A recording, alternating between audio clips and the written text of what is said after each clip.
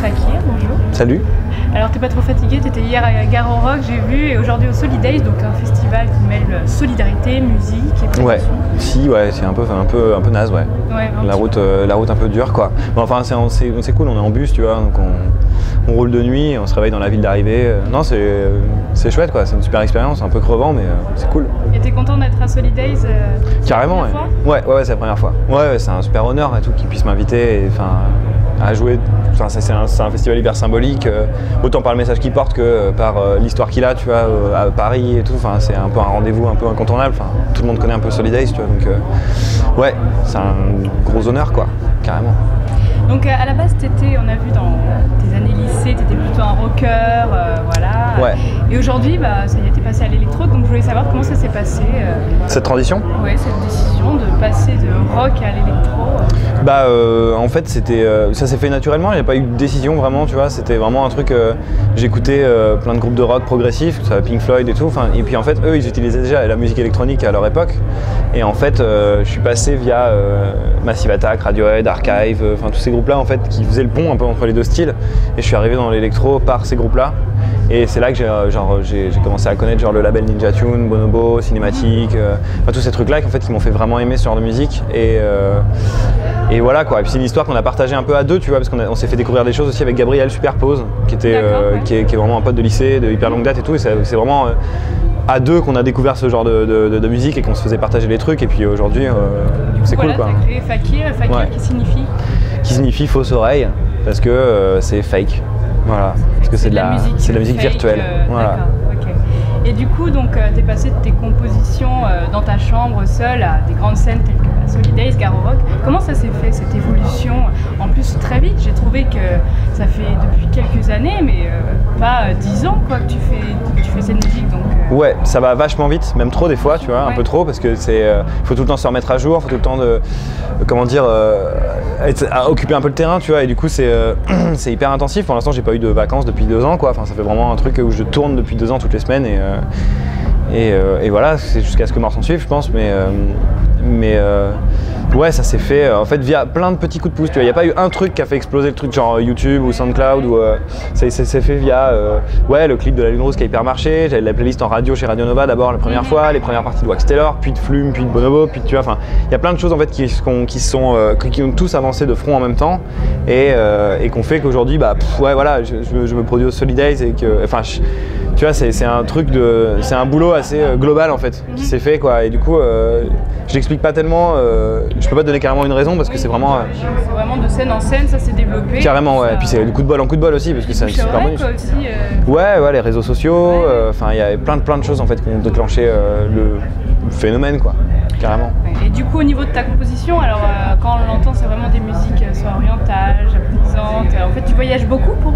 Non, pas tant que ça. Je voyage. J'ai l'impression en fait on voyage quoi. Quand on écoute ta musique, c'est vraiment. C'est cool, c'est le but. Invitation, voyage. Voilà. Carrément, mais non, j'ai voyagé un peu, mais tu vois, jamais hors de l'Europe. Je suis allé au Japon l'été dernier, tu vois, mais c'était la première fois que je mettais les pieds en Asie. Je voyage pas tant que ça, mais je me base sur mon imagination plutôt. En fait, c'est vraiment un truc d'imaginaire de gosse occidental, tu vois, qui imagine le Japon. Et le Japon pour lui, c'est Miyazaki. L'Afrique pour moi, c'est le Roi Lion. Enfin, tu vois, il y a plein de trucs comme ça. Et du coup, j'essaie de remettre ça dans ma musique, quoi. Et après, j'ai voyagé un petit peu, mais c'est vraiment. Au final, maintenant, les voyages, je considère ça plutôt comme des coupures et comme des moments où je vais pouvoir relâcher un peu tout le truc, quoi.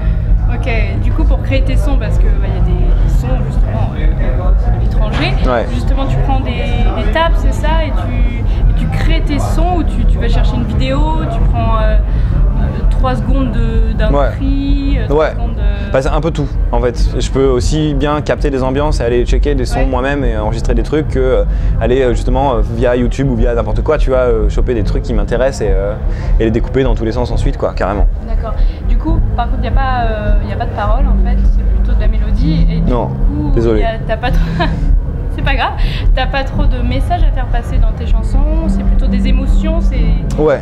Ouais, clairement. Il n'y a pas un message où je vais exprimer clairement un truc et tout. C'est vraiment un truc d'émotion pure, mais c'est en rapport aussi avec les voyages, tu vois. Finalement, en voyage, t'as pas enfin, t'es complètement esclave de ce que tu vas ressentir et de tes émotions, tes sensations, tes sentiments, etc. Enfin, t'es complètement dépendant de ce truc-là. Tu peux pas faire comme dans la vie de tous les jours, faire genre, ok, je passe à côté de ce truc. Non, en voyage, t'as besoin de toutes tes capacités. Et si tu les as pas toutes, il faut régler le problème, tu vois. Et du coup, c'est un peu pareil en fait. Genre, j'essaye de faire un truc hyper brut de décoffrage et de sortir, cette chanson-là, elle évoque. Enfin, globalement, c'est jamais très triste ou très gai, c'est juste très. C'est très zen, enfin, ouais. On peut l'écouter partout, quoi. Ouais, voilà, si t'es joyeuse, tu peux l'écouter pour être triste, si t'es triste, tu peux l'écouter pour être joyeux. Enfin, c'est vraiment un truc de. C'est un peu comme Alger, justement, tu vois. Alger, c'est vraiment ça. Pour moi, ils ont réussi cet exploit, ou comme Bonobo. C'est vraiment quand t'es triste, tu peux l'écouter, ça te rend joyeux et vice versa. Et en fait, c'est un peu l'objectif que je cherche aussi, c'est que tu arrives à exprimer des émotions. Et en fait, c'est plein d'émotions un peu mélangées, un peu des trucs de la vie de tous les jours, tu vois, qui vont te passer par l'esprit. Enfin, ouais, je sais pas trop comment décrire ça, mais c'est très naturel. Ouais. Je me dis pas genre je veux faire une chanson triste ou je vais faire une chanson colérique ou je vais faire une chanson machin, c'est ouais voilà, je laisse le truc faire et du coup il y a plein d'émotions qui s'entrecroisent dedans quoi. Et du coup ça donne quelque chose de très humain finalement quoi. Ouais. Du coup tu sors des titres par-ci par-là mais il n'y a pas encore d'album prévu Si. Il y a un album pas prévu très exactement mais en tout cas il est sur le feu et il est quasiment fini quoi.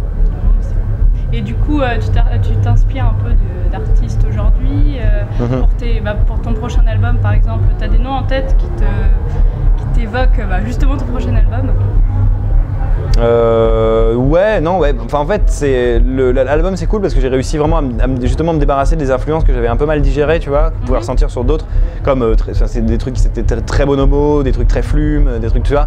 Et du coup je me suis mis à réécouter un peu de tout et de ce que j'aimais moi quand j'étais gosse, tu vois, de la world vachement et puis de la pop, des trucs hyper pop et puis m'en foutre en fait de quelle valeur ça avait sur la scène musicale ou de qu'est-ce qui était considéré comme du mainstream ou de pas, ou tu sais, genre je m'en fiche un peu quoi et j'écoute autant avec plaisir mais genre laser que du jazz ou enfin tu vois il y a vraiment ce truc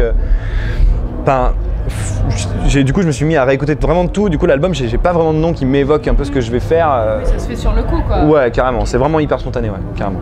Et du coup tu as des projets par exemple pour la présence scénique, est-ce que tu vas mettre, tu vas ramener des personnes ou des lumières c'est déjà le cas en fait, il y a vachement de. Là je bosse avec un groupe, on est 5 sur le scène pendant un concert, du coup il y a vraiment, tu vois, il y a basse, clavier, batterie, violoncelle et puis le show lumière qui est hyper bossé, qui est hyper prévu, qu'on a vachement taffé et tout, donc il y a vraiment une scénographie, c'est vraiment un concert quoi, carrément. Ok, merci beaucoup.